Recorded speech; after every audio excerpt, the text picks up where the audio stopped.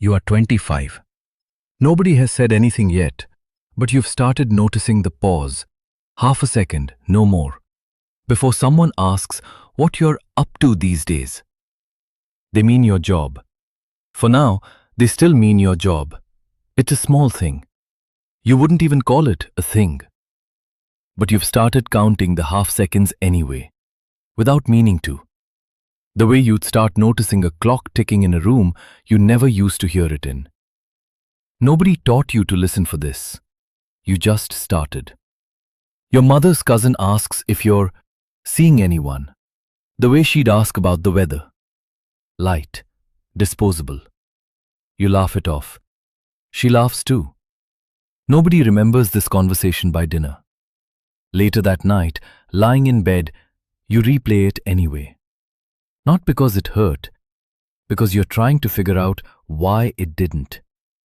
And whether that not hurting is a good sign or the first symptom of something.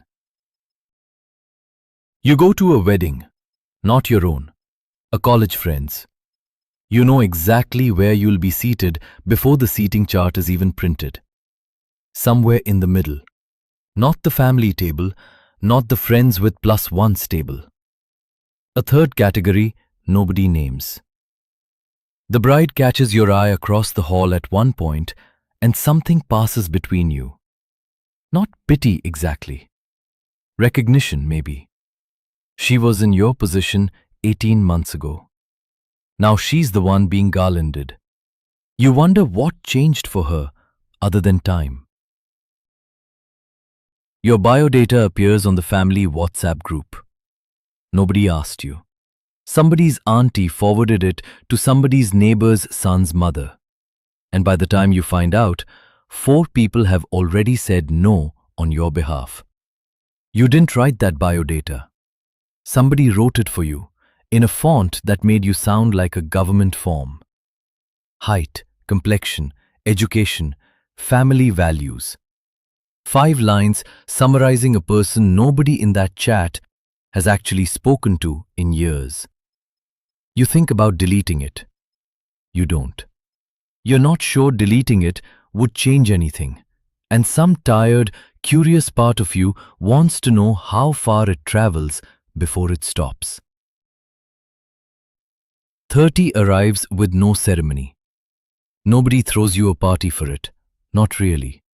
The cake happens, the candles happen, but there's a specific kind of silence in the room when someone almost says, "So when are you?" and stops themselves. You've started to notice people editing their own sentences around you in real time. Your father starts leaving newspaper clippings on the dining table. Not matrimonial ads exactly, just articles, half-related, about people who settled down late and were happier for it. He never says anything about them directly.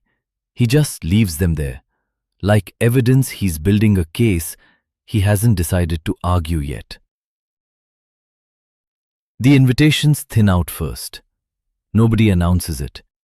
You just notice one Friday that the movie plan formed in a group chat you're still part of, and somehow finalized in a smaller one you weren't.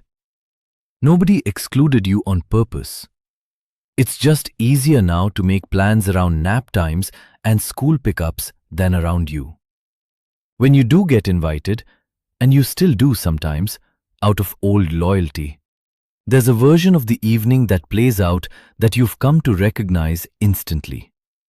You and your married friend are 2 drinks in, talking the way you used to at 22, and his phone lights up. Not annoyed exactly, just a specific kind of tired. "She's outside," he says. And you both know what that means before he finishes the sentence.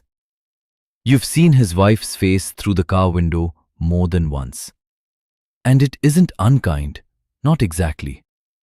It's closer to wary.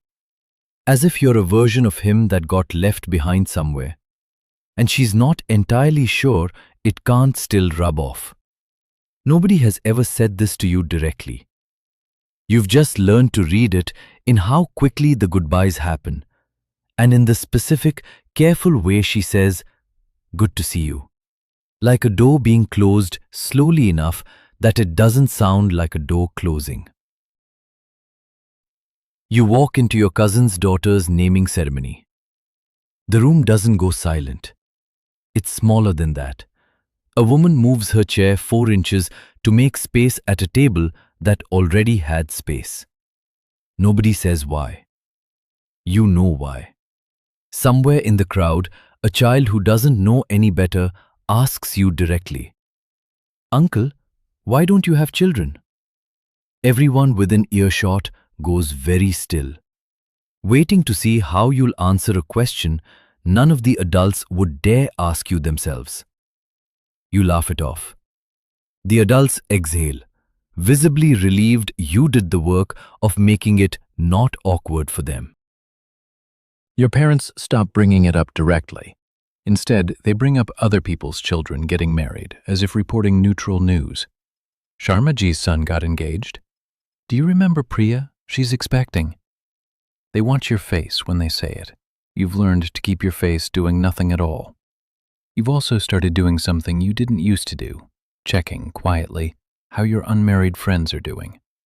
Not out of superiority, out of something closer to needing company. There's relief in finding out you're not walking this particular road entirely alone, and a small, private guilt in feeling that relief. There's a table now. Nobody built it on purpose. It's just where the unmarried cousins, the once divorced uncle, and the widow from the 3rd floor end up sitting, every single function, without anyone assigning seats. You know your seat at that table before you arrive. You've started bringing your own chai just so you don't have to ask anyone to pass it. There's an odd, unspoken camaraderie at this table now.